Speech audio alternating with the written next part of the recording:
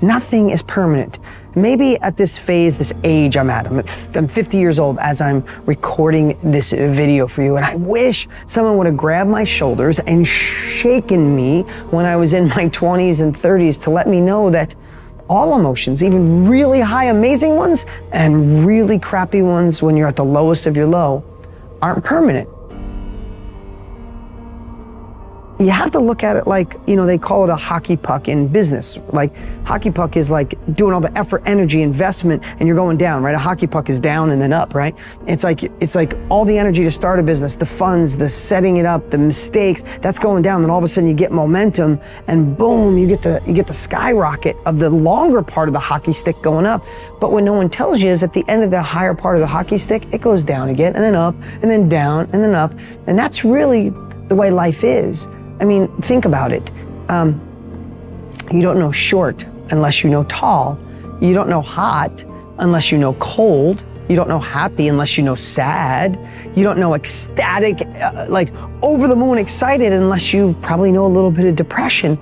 So I think it's designed by God, by the universe, that you don't get to have the success, the happiness, unless you go through the crap. So whatever you're going through right now, know that it won't last, especially if you take action to make sure it doesn't, especially if you write down what your compelling future is.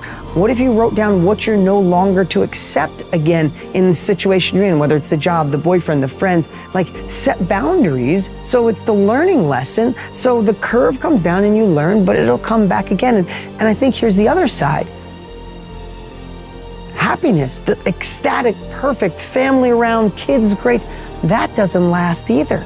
And I don't mean that I'm not trying to be depressing. What I want to say is be grateful and cherish the moments. Overlook the stupid stuff in life. Don't worry about the things that when you're 90, if you looked back, you'd say, why the hell did I waste a moment worrying about that? Like, if you're in a moment, if you're in a space, if you're in a place right now, maybe things are going great with your boyfriend or girlfriend, great with your job, great with your income, great with your career, great with your health. You know what? Know that it probably won't last forever. So take it in, be grateful, pray to God, appreciate what you have, go to bed, say your prayers or practice gratitude. Because we live in this hockey stick environment, and that's okay. You'd much rather live in that hockey stick environment so you understand the opposite of happiness, the back and forth, cold, hot, short, tall, happy, sad, right? Complexity, craziness, happiness, abundance. You'd rather live there. How you think and how you feel creates your state of being. So the person's entire state of being when they start their day is in the past. So what does that mean? The familiar past will sooner or later be predictable future. So if you believe that your thoughts have something to do with your destiny, and you can't think greater than how you feel, or feelings have become the means of thinking, by very definition of emotions, you're thinking in the past. And for the most part, you're going to keep creating the same life. So then people grab their cell phone, they check their WhatsApp, they check their texts, they check their emails, they check Facebook, they take a picture of their feet, they post it on Facebook, they tweet something, they do Instagram, they check the news, and now they feel really connected to everything that's known in their life. And then they go through a series of routine behaviors. They get out of bed on the same side, they go to the toilet, they get a cup of coffee, they take a shower, they get dressed, they drive to work the same way, they do the same things, they see the same people, they push the same emotional buttons, and that becomes the routine, and it becomes like a program. So now they've lost their free will to a program, and there's no unseen hand doing it to them. So when it comes time to change, the redundancy of that cycle becomes a subconscious program. So now 95% of who we are by the time we're 35 years old is a memorized set of behaviors, emotional reactions, unconscious habits, hardwired attitudes, beliefs, and perceptions that function like a computer program. So then a person can say with their 5% of their conscious mind, I want to be healthy, I want to be happy, I want to be free. But the body's on a whole different program. So then how do you begin to make those changes? Well, you have to get beyond the analytical mind, because what separates the conscious mind from the subconscious mind is the analytical mind. And that's where meditation comes in, because you can teach people through practice how to change their brainwaves, slow them down, And when they do that properly, they do enter the operating system where they can begin to make some really important changes. So most people then wait for crisis or trauma or disease or diagnosis. They wait for loss, some tragedy to make up their mind to change. And my message is, why wait? And you can learn and change in a state of pain and suffering, or you can learn and change in a state of joy and inspiration. And I think right now, the cool thing is that people are waking up. When life was in the other forms of life that you see on the planet, nature determined a certain compulsive, instinctive ways of functioning. Once you become human, these lines have been removed. You can act consciously. That means what you call as human potential is not of any kind of measurable limit. It can go as far as you desire or as far as you have the courage to walk. So when we say human potential, unleashing human potential, it is not about reaching the peak, it is a trajectory. Because what our life is a combination of a certain amount of time and energy. Time is rolling away for all of us at the same pace. If you sit, it rolls away, if you sleep, it rolls away, if you do something, it goes away, if you don't do anything, it goes away. You're happy or miserable, it goes away. Time is running out for all of us. So it's only the energy that you can do different things with. If you bring your energies to a certain level of intensity and possibility, what somebody does in 10 years, you may do it in 1 year. This means if you live here for 100 years, it feels like in people's impact that you have created, it feels like you lived here for 1,000 years, simply because you have managed your life energies in a certain way. So for me, a human being impactful means, how conscious have you become? This is very important. Because if you're in compulsive cycles, then your energy gets wasted in so many things. If you observe people in a day, let's take 24 hours, in that anyway most people by prescription in America they sleep for 8 hours So 8 hours means 1/3 of life is gone. In the remaining 2/3 they have to eat, they have to, shower, bathroom, this, that, all this, another 2-3 hours gone. So literally 50% of life is gone, daily basis, just for basic maintenance of this life. 50% of the time is gone in maintenance, remaining 50%, what they have. If you look at every single move that they may make with their body, their thought process, their emotions, you will see a whole lot of it is happening in compulsive cycles. Or in other words, if you are little sensitive to life, you will realize you are the biggest issue in your life. So this is one thing that I'm trying to do with people, that you are never the issue in your life. I'm not the issue. My thought, my emotion, my body is never the issue. My thought, my emotion, my energy and my body are my instruments of function. They are not impediments in my life. But I would say for 90% of the human beings, their own body, then the compulsions of the body, the compulsions of their thought, the compulsions of their emotions are ruling them most of the time. So when you yourself are a problem, well, you're on self-help. If your business fails, it doesn't matter. Did you grow? If your business succeeds, it doesn't matter. Did you grow? And I found that really liberating, because I was feeling like a failure for failing consistently. But when Rao changed my mental model, and he uses the word mental model, I started seeing failure as simply a means to growth. So when you see failure as a means to growth, you become immune to failure. And that is the real beauty here. So, Rao's rule is also best illustrated in this really cool quote I saw a friend share on Instagram, and it says this: grow so fast your old friends have to get to know you all over again. So I want to introduce you to a term, right? I call it ROSE, rate of self-evolution. Your rate of self-evolution. Your rate of self-evolution, or your ROSE, must be the ultimate thing in your life. In other words, your life needs to be about personal growth. Many of us forget that. We make our life about our children. That's wrong.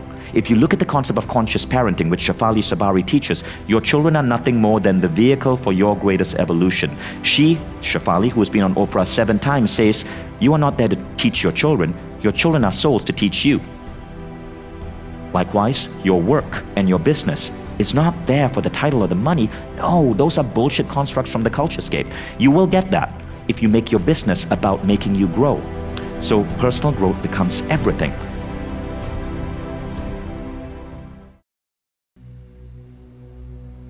We live in a celebrity-obsessed world, don't we? Look at me. Notice me. The Tao teaches something completely the opposite. Listen to the 66th verse of the Tao. Water again. The sea stays low.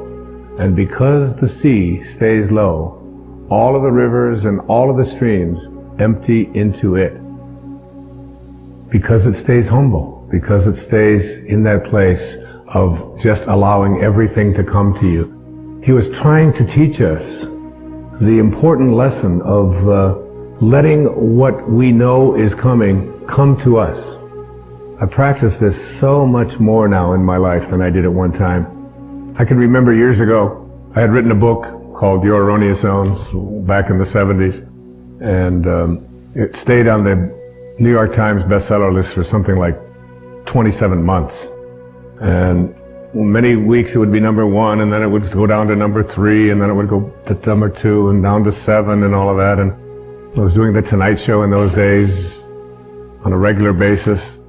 And what you do is you call and find out where you appear on the bestseller list for the following week on Wednesday. So you call up on Wednesday, not for the Sunday coming up, but for the following week. And I called home, and my ego was pretty strong, and I was very much into a lot of notice me. I really believe that true nobility is not about being better than anyone else now. It's about being better than you used to be. And I think I'm better than I used to be. And I know that I'm better than I used to be in every quality or every characteristic that I hold to be valuable. But in those days, I was into notice me. And I called home, and I had trained my wife to call the New York Times. She had this special number that she could call, and with a certain code, and she could find out where I was going to appear on the bestseller list the following week.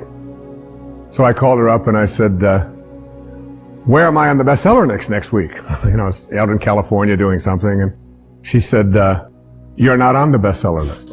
I said, what are you talking about? I was number 1 on the bestseller list last week. I said, even my voice changed when I said, what do you mean I'm not on the bestseller list? She said, you're not on the bestseller list. I'm sorry. She said, your book is on the bestseller list. Big distinction there, isn't it? Between believing that this is me and recognizing that you can let go a little bit of that. Listen to verse 66 of the Tao. Why is the sea king of 100 streams? Because it lies below them. Humility gives it its power. That's a very important principle to understand. And I live on the ocean, right next to it. It's my front yard. And always I watch it to learn something from this thing called the ocean, which is the most powerful source of life that we have on the planet. Without it, there's no life on this planet. And because it stays low. So what does this have to say to us? Do you have the capacity to get past that ego need to always be saying, notice me, look how important I am? There's been a proliferation of this lately with this celebrity silly stuff, isn't it? CNN is doing, full hour shows on silly little things about what happened to this particular celebrity or what happened to that celebrity, and the celebrity's never even done anything. And there's all of this talk about it, and all of the new magazines. And you go through an airport and you look on the newsstand, and all the same photos, just with different magazines. I don't even know what the names of all of them are, but there's like this huge market now that we have for people to get into a state of notice me, notice me, notice me. And how much do we train our young people, particularly in our schools and so on, that the one who is the star is the one who gets the most attention. The one who is the most important and the most valuable is the one that has the most people liking them and so on. This constant obsession with needing to be noticed. When in fact, what I have found for myself is the happiest moments of my life are when I can do it low and slow and not have anybody out there even know what I'm doing. To be able to, I mean, Louise never would have advertised the fact of some of the things I talk about with her generosity. She does it anonymously. It's almost always done in those ways. No, look at me, look and notice me, how important I am, and so on. So much to learn from that kind of wisdom, from that kind of inner connection to the Tao. The ability and the willingness to say, to do it anonymously. To say that you can just get done almost anything that you want to get done if you don't become obsessed with taking credit for it. Remember the movie The Magnificent Obsession? A movie made back, I think, in the 50s. And it was really about what was the magnificent obsession. It was the ability to be able to give anonymously. What is Alcoholics Anonymous? It is everybody stays anonymous. Nobody has a title. There's not even anybody in charge. There's nobody, there's no leaders of this. There's no president. There's no vice president. There's no organization. It's just, here's a group of people who just want to help other people whose lives are out of control. So here's a meeting place, and you come, and one day somebody will chair it, and then somebody else another day will chair it. And one of the things I found when I attend one of these meetings is that I feel, you'll see so many people who are downtrodden, who feel as if their life has passed them by, who look like they don't have any teeth, they haven't shaved, they're dirty, they're God in disguise. Mother Teresa was asked a question about what she does when she was in Calcutta, and she said, every day, I see Jesus Christ in all of his distressing disguises. All of his distressing disguises. That you can see this source, you can see the Tao, you can see it when, particularly in those who are the most obscure, the most isolated from everyone else. And whenever I go to one of those meetings and I hear people get up and they tell their stories, I feel there's so much presence of the source, of God, of spirit, of Lao Tzu, of Tao, whatever you want to call it, in one of those meetings than I've ever felt in any church.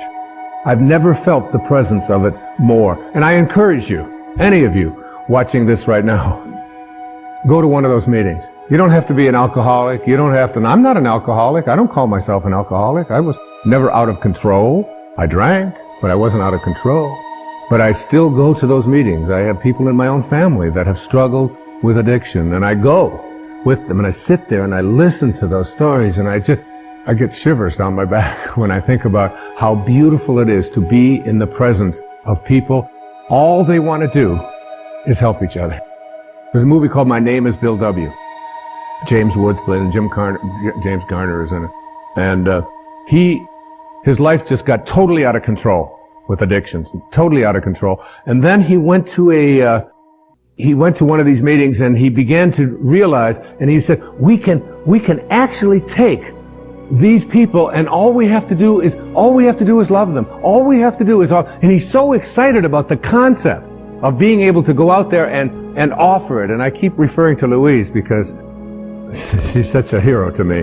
There was a time back in the 80s when our president wasn't even able to say the word AIDS, was he? I mean, he could come on. And here was this lady who, before this thing became the worldwide phenomenon that it is, was having meetings in her own house and bringing these people, these downtrodden people who had been labeled outcasts in society, and offering them a place to learn how to love each other and to care for each other. This was long before there was any celebrity status associated with trying to end this horrible crisis that our country has and our world has had.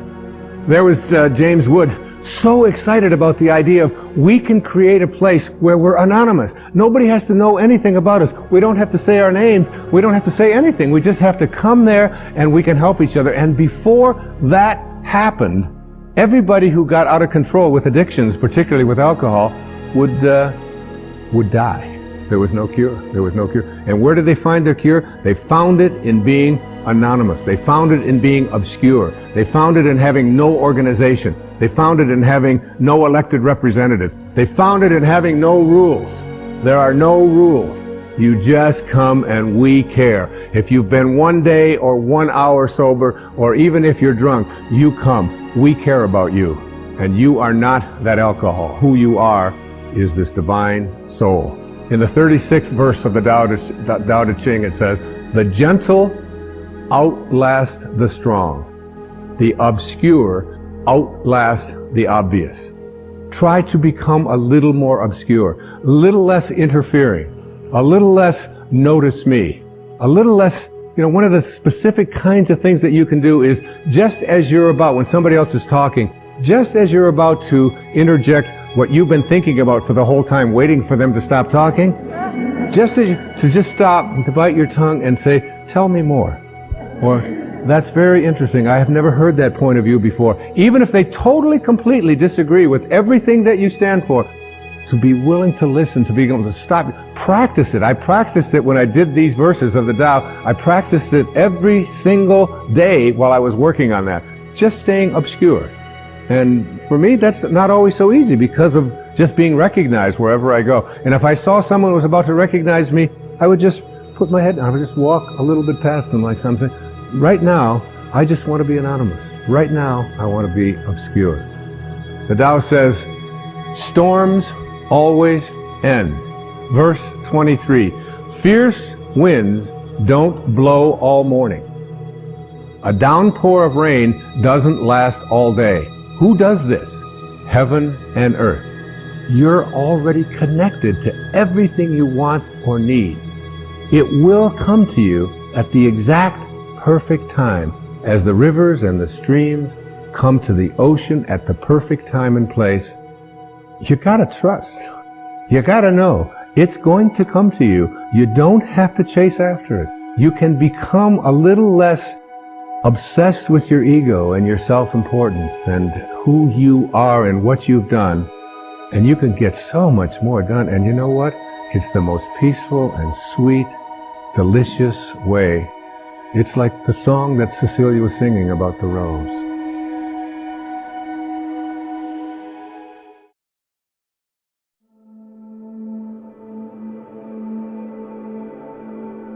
If the person's doing the vision board and they're saying, when I get my new car, I get my new house, I get my new relationship, then I'm going to feel so great.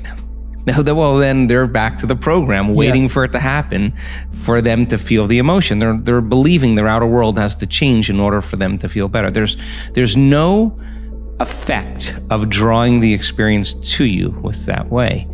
So the person has to use those tools to get them into the emotional state for them to feel like it's already happened. Now think about this. If you get up from a creative process and you feel grateful, you feel a love for life, you feel a joy for existence, you feel a passion for the moment, you will not be looking for your future, because you'll feel like it's already happened. It's the moment that we start feeling those self-limiting emotions that we feel separation, and then we start looking for it again. Well, then, if you're waiting, you're not creating, you're in separation again. So then, whatever it takes for you to move into a state of being. And what is a state of being? Thoughts are the vocabulary of the brain. Feelings are the vocabulary of your body. How you think and how you feel creates your state of being. So then if you wake up in the morning and you come back to your senses with a clean slate and you say, I don't feel anything, and you say, well, let me start thinking about all the problems in my life. Well, all those problems are connected to different people or different objects or things at different times and places. The moment you remember your problems, a memory is a record of the past. You're thinking in the past. Every one of those problems has an emotion associated with them. So all of a sudden you start feeling unhappy, you start feeling bitter, you start feeling frustrated. So now your body's in the past. So then most people then create a state of being that's connected to their past. And if they're in the familiar past, then they are going to crave the predictable future and they're going to fall back into routine. So then we want people then to get very clear on that vision of their future, however they do it, and begin to combine that clear intention with an elevated emotion. And the stronger the emotion they feel from the vision they're creating, the more altered they feel inside of them, the more they're going to pay attention to the pictures in their mind. And now they're remembering their future. And biologically, it's exactly the same as remembering your past. In fact, if you're not being defined by a vision in the future, it means you're making your past more real than your future. You're falling in love with your past. You're more in love with your past than you are with your future. That you're believing in your past more than you're believing in your future. When you get to that moment where you have that feeling, that's your compass. Because that feeling is going to drive your behaviors. It's going to drive more of those thoughts. And when you feel that feeling and it's visceral, no person, no thing, no experience will stand in the way between you and that vision. And you will be initiated by the universe into wealth. You will be initiated into health. You'll be initiated into freedom. Those people, all those people that have healed themselves of all those different health conditions, they are so humble and so happy, and they feel so great that they would never trade this feeling because of what you thought of them. They've left that program behind a long time ago. They actually don't care how you think of them. They actually are so happy with themselves that they're no longer dependent on anything outside of them. Now, I think that's a really important moment, because that's the moment we give people permission in our lives to do the same, right? And I think that more and more people are beginning to figure that out. I think, everything starts with a thought. I mean, everything that you do in your life, you have to have a thought before you initiate an action, right? So if you believe that your thoughts have something to do with your destiny, like any great leader in history understands that, the first thing you have to do is you have to decide, are you going to be defined by a vision of the future, or are you going to live by the memories of the past? So, I'll give you an example. Most people wake up in the morning and your brain is a record of the past. It's an artifact of everything you've learned and experienced to this moment, right? It's a memory bank. So most people wake up in the morning and they start thinking about their problems, and those problems are connected to certain people and things at certain times and places. And the moment they start turning on those circuits, those memories are actually causing them to think in the past. Every single one of those memories has an emotion associated with them, and emotions are the end product of past experiences. So then the moment they recall the event, or they recall some problem in their life, they start feeling unhappy, they start feeling discouraged, they start feeling anxious.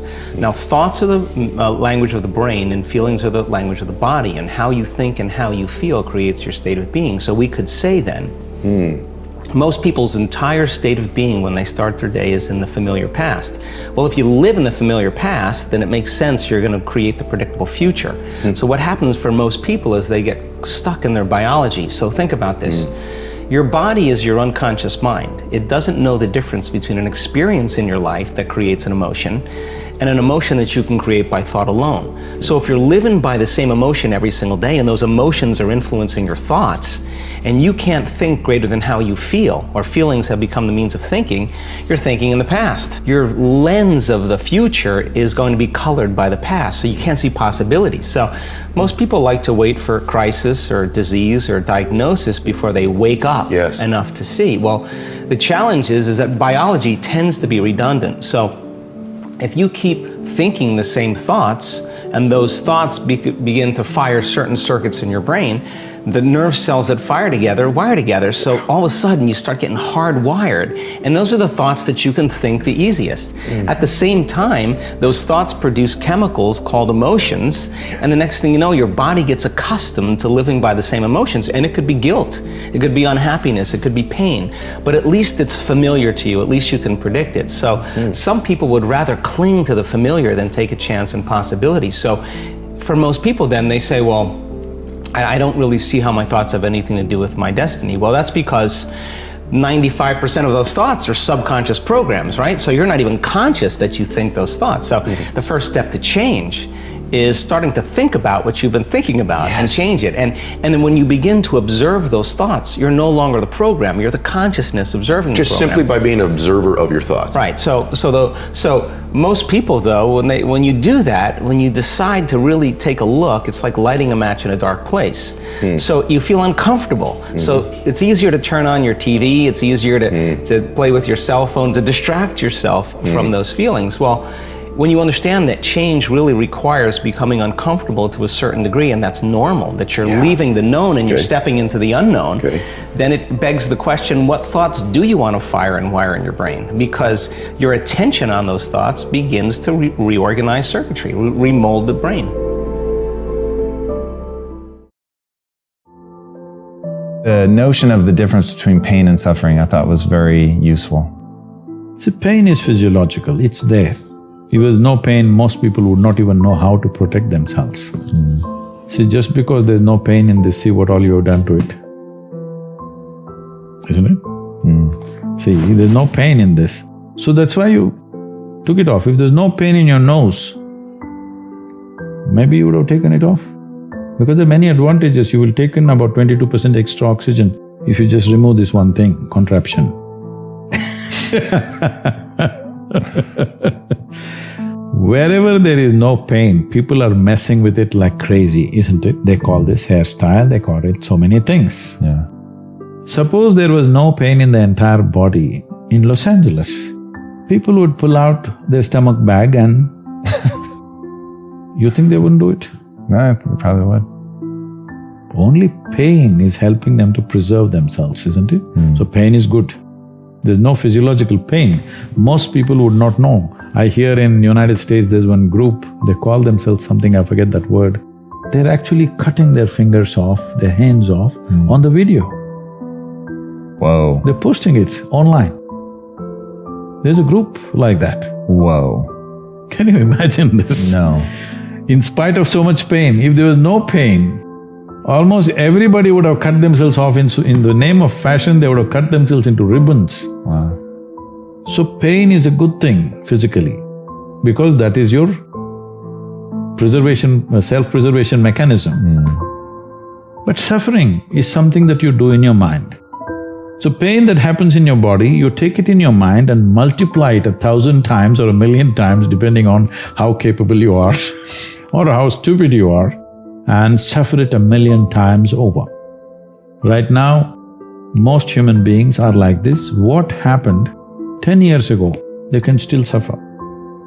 What may happen day after tomorrow, they already suffer. They are not suffering life, they think they are suffering life.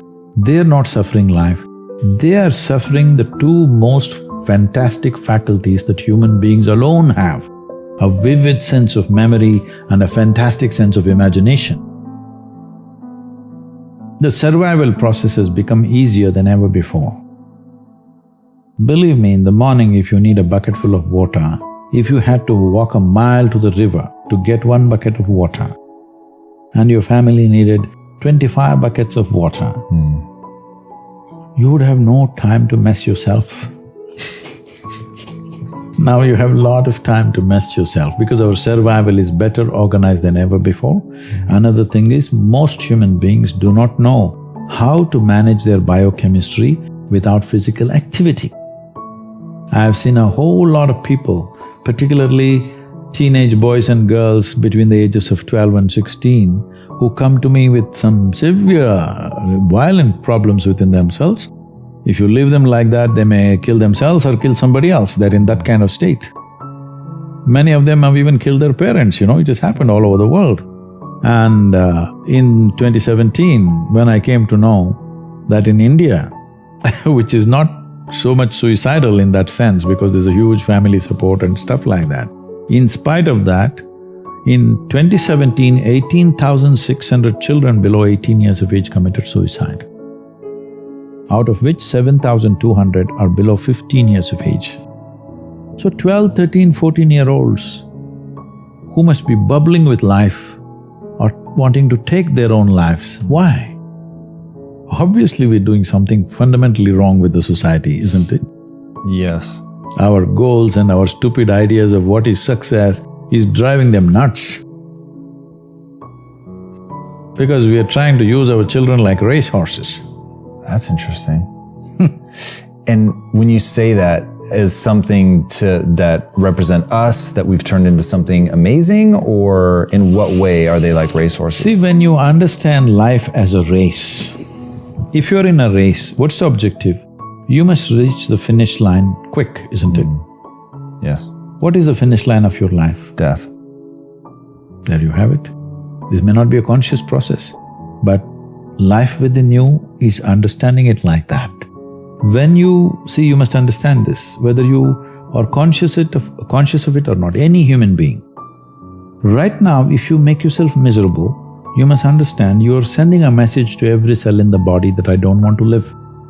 You might not have articulated it in your head yet, but when you become miserable, you notice suddenly your body seems heavy and it's like, doesn't want to get up from this chair. Have you seen this? Yes. When you're happy, you're willing to bounce at everything and do everything, bend backwards if necessary. Why this is happening is the message has gone to every cell in the body, this guy wants to die. They're all thinking, okay, what can we do to help him? But by then, of course, you recover. So you want to die, you want to live, you want to die, you want to live. The body is getting confused because you must understand this is a very intelligent body. It's taking instructions from you. Every cell in the body has an enormous sense of memory and intelligence. If you keep sending wrong messages, if they act, you're dead. Because you're sending contradictory messages, you're not dead, you're half dead. You can give it any number of exotic names. Essentially, you have turned your intelligence against yourself. This is supposed to work for you, but now you've turned it against yourself, it's working against you. Perception happens to you in 5 different dimensions. Seeing, hearing, smelling, tasting, touching, this is how you're perceiving life. This data has gathered within you. Only because this data has gathered within you, now you're able to walk on a round planet which spins. It's not a small thing. It is not a small thing that you're able to walk on a spinning round ball. Because all this data has gathered through 5 senses, it is not intellectual information, but it is a perceptual information. If this information is not there, you won't be able to walk actually. You will not be able to walk straight. This is what is happening for people when some people lose their memory and things like that. Suddenly they become unstable in their body because some of the data is gotten disconnected with their system. So, this data that you perceive is most important. That's what a child is all the time drinking up everything. You see how the child is looking at everything? Because he wants to drink up as much data as possible because instinctively he knows without the data, he will not be able to function. So how attentive you are, how attentive your eyes are, how attentive your ears, nose, tongue and touch is, accordingly you have that much, usable information. So why one person is more efficient? Well, you are an athlete. Why one person is able to catch a damn ball, another person can't catch the damn thing? Why is it? Because that level of attention of exactly how that ball will behave, how you can anticipate where it will go, this is not there. Intellectually, suppose you have a PhD in football, you think you can play football? If you have a PhD, no, I think you need to experience it as well. If you just study it only, yeah. No, that is not experience, it's perception. You're watching it. Out of your keen interest, you're watching exactly how a ball moves. You may not be thinking the physics of it, but you're watching it and perceiving it. Because of that perception, you know something that you cannot know by reading 100 books about it. First of all, people are assuming that anger is happening to them or misery is happening to them. No, this is exactly what I said earlier, maybe I didn't articulate it fully. No, you are creating anger. You're creating misery, you're creating joy, you're creating whatever. All this is happening from within you. But human experience is happening from within us, isn't it? Right. Whether it's love or hate or anger or misery or joy or anything is only happening from within us. Right. The simple question I am asking is, what happens from within you? Should it happen your way or somebody else's way? It should happen your way. Of course, because the world will never happen your way 100%. Because there are so many stakeholders in the world, little bit will happen my way, little bit your way, that is fine. But what happens within me must happen my way. If what happens within me does not happen my way, this is the worst form of slavery, isn't it? Wow. Somebody decides what happens within me.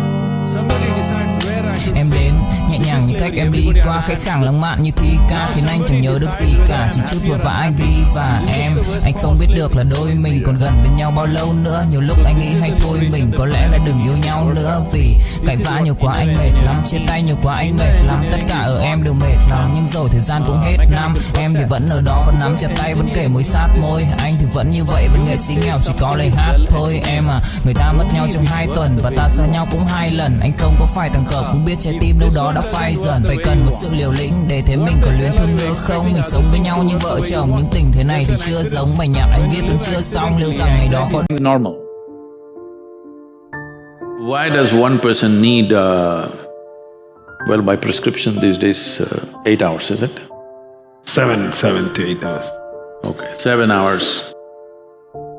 And why another person can do with half of that? See, one thing is, as we already went through, the very physical body that you carry is just the food that you've eaten, isn't it? You are looking at food only as protein, vitamin, mineral like this.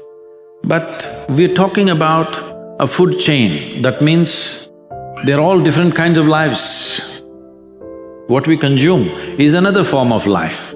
Every animal consumes another form of life. This is the way the food cycle is created. So in what condition that life is will determine in what condition your life is in many ways. So if food appears in front of me, if I just look at it, people have prepared it with elaborate care. If I just look at it, I say no. They'll say, no, Sadhguru, this girl, this lady has brought it, she's a very good cook, she's very tasty. I just look at it and say no.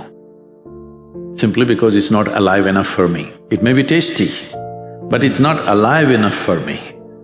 If it's not alive enough, I will not consume. If you're just conscious of this one thing, you will see your sleep recovering. Another thing is, most people are eating at least 50%, 50% means 100% more than what they need to eat. Yes, you do one thing, as an experiment. bài ca buồn mà cất lời không lên, người đi mất mà nhất thời không quên. Lòng u tối dưới đất trời không đêm, kể từ khi sống lấy lất đời không em. Đầu quay cuồng trong hơi men, đôi chân về nơi quen, dấu vết chẳng hề phai. Và rồi trượt tay ra và vô tình khơi thêm ký ức bung lơi êm mà đã từng kể vai và ngồi. Chẳng cần thiết phải viết nên sử sách mà lại phải nếm trải chuyện não nề. Chẳng thể biết thời tiết đẹp như tranh, thực ra là đằng xa có một cơn bão về. Chẳng cần mơ hay chờ đến vạn kiếp để ta được cạn tiếp cho hết thần giao bôi. Rồi chẳng thể nỡ được vỡ 10 nhân duyên, nên ta chỉ khấn nguyện chọn đời chung lối thôi. Những kẻ si mê tới điên thường mơ tưởng cái thiên đường yêu nương được tô điểm, nhưng hận tạo hóa tuyệt nhiên có ai đành bên em thành anh đài tình ta như hồ điệp vẫn mãi giữ riêng đây về giây phút khắc sâu. Chẳng yêu em mà từng chút mắc câu sầu hút hút khuất sau phải đến bút chắc đau hạnh phúc đâu cần chỉ cho phút bắt đầu. Nhớ đến cái lúc còn gió sương vơi đầy, nhớ hình bóng người nào đó vương nơi này. Trong vài khoảnh khắc mong có được đôi tay ấy cố lau đi bờ mi khi nào thường hơi cay. Xa một người phải bước qua cuộc đời không phải xa đi vĩnh viễn mà chúng ta chỉ tạm chịu lấy. This is life. Inertia sets in. When inertia goes beyond a certain point, that's death. But sleep is a certain kind of death, but it is offering you rest. So restfulness is very important. What is being restful means is, if you sit here, if you're at total ease, you will see the body is naturally restful. Have you noticed on a particular day, you are very happy, on that day you don't need much sleep or food, have you noticed this? That's all you have to do. If you remain very joyful every moment of your life, the food will come down, sleep will come down naturally. It's time to understand all the problems of individual nature are generated from within. And we don't have to solve problems that we create, we just have to dissolve. Problems that you create, you don't have to solve. If there is a problem in the situation, yes, we have to solve. But you have a problem within you, solution is not what you need. Say anh thường hãy nhắc về em, mong khỏa lấp những u tối, khoảnh khắc về đêm nghe lại bài ca ngày xưa cũ. Ta hát về nhau nhớ những giấc mơ ta từng ước, tóm tắt về sau. Và đó là khi mà anh dần lụy là không làm chủ chính mình, thấy không gian trở nên tồi tệ, mọi thứ bao phủ chính mình. Em đâu còn như điều anh mơ, anh cũng tự nhủ chính mình. Nhưng mà thôi em, nào ai giỏi mà đủ tính tình, chẳng thể vươn tới được cảnh cao dù anh có nhã ý trèo. Trong cơn say mọi thứ cuồng quay, anh trở thành gã chí phèo. Yêu chân thành là không thay lòng dù em có như thị nở. Ý anh là em như cô tấm, nhìn em như thị nở. Đêm vắng nàng ngón tay xám vàng vì đốt cả bao thuốc lá. Căn phòng chung khi xưa nồng ấm, bây giờ sao bút giá. Một thói xấu mà anh đã quen khi em không ở bên lâu. Anh thường ngồi trong một góc tối nhậu suốt cả đêm thâu. Em mang con tim anh đi đâu, khiến anh mù quáng vẫn cô giàn mỗi khi đau. Em mang con tim anh đi đâu, điều gì trong váng để xứng đáng ướt mi nhau. Em mang con tim anh đi đâu, khiến anh mù. You create a ghost and you create a ghostbuster. The ghosts that you create, you must learn to play with them. I'm saying if nobody willing to play with you, you have to play with somebody, right? So the ghosts you create, if you like them, you play with them. If you don't like them, turn them off. But Sadhguru, they keep coming. You don't play. Don't like to play with them, don't play. They come and go. Never it ever happened that one thought remained for more than a moment, isn't it? It comes and goes, comes and goes. Let it come and go. If you try to find a solution for that, you will head towards insanity. One thing that you must do to yourself is, you are absolutely truthful to yourself. If you're also truthful to everybody around you, you will get other kinds of benefits with people. But I will not go that far right now. With yourself, you are 100% truthful. Otherwise, all kinds of tricks keep happening. To be truthful to yourself is not an easy thing because there is lifetimes of habit of simply bullshitting yourself. A guest came to Shankaran Pillai's house. And being a South Indian man, down south, you know, Pillais come from further down south. He was carrying an umbrella, which is a common thing. In Kerala and southern Tamil Nadu, to carry an umbrella is a very common thing because rains can be very heavy. Then they walked out, he took the guest out, then it started raining. But Shankaran Pillai did not open the umbrella. The guest said, "Why don't you open the umbrella?" Shankaran Pillai said, "I'm sorry, the umbrella is full of holes." Then the guest asked, "Why did you bring it?" "Well, I never thought it'll rain today." A whole lot of people are like this. They think somebody else has to catch their lice. This will take a long time because someone else catching your lice will take lifetimes. You must catch them. You should not let your chickens pass. To become 100% straight with yourself, it'll take a certain amount of application. But if this one thing you do, this piece of life will work for sure, 100%. Then figuring out a few things is very simple. For that I am there. If you just fix this one thing, that you're 100% straight, no any kind of deception. When there's a hole in the umbrella, you know there is a hole in the umbrella. You will never forget that there is a hole in the umbrella, okay? If you are like this, rest of the work becomes very simple and easy.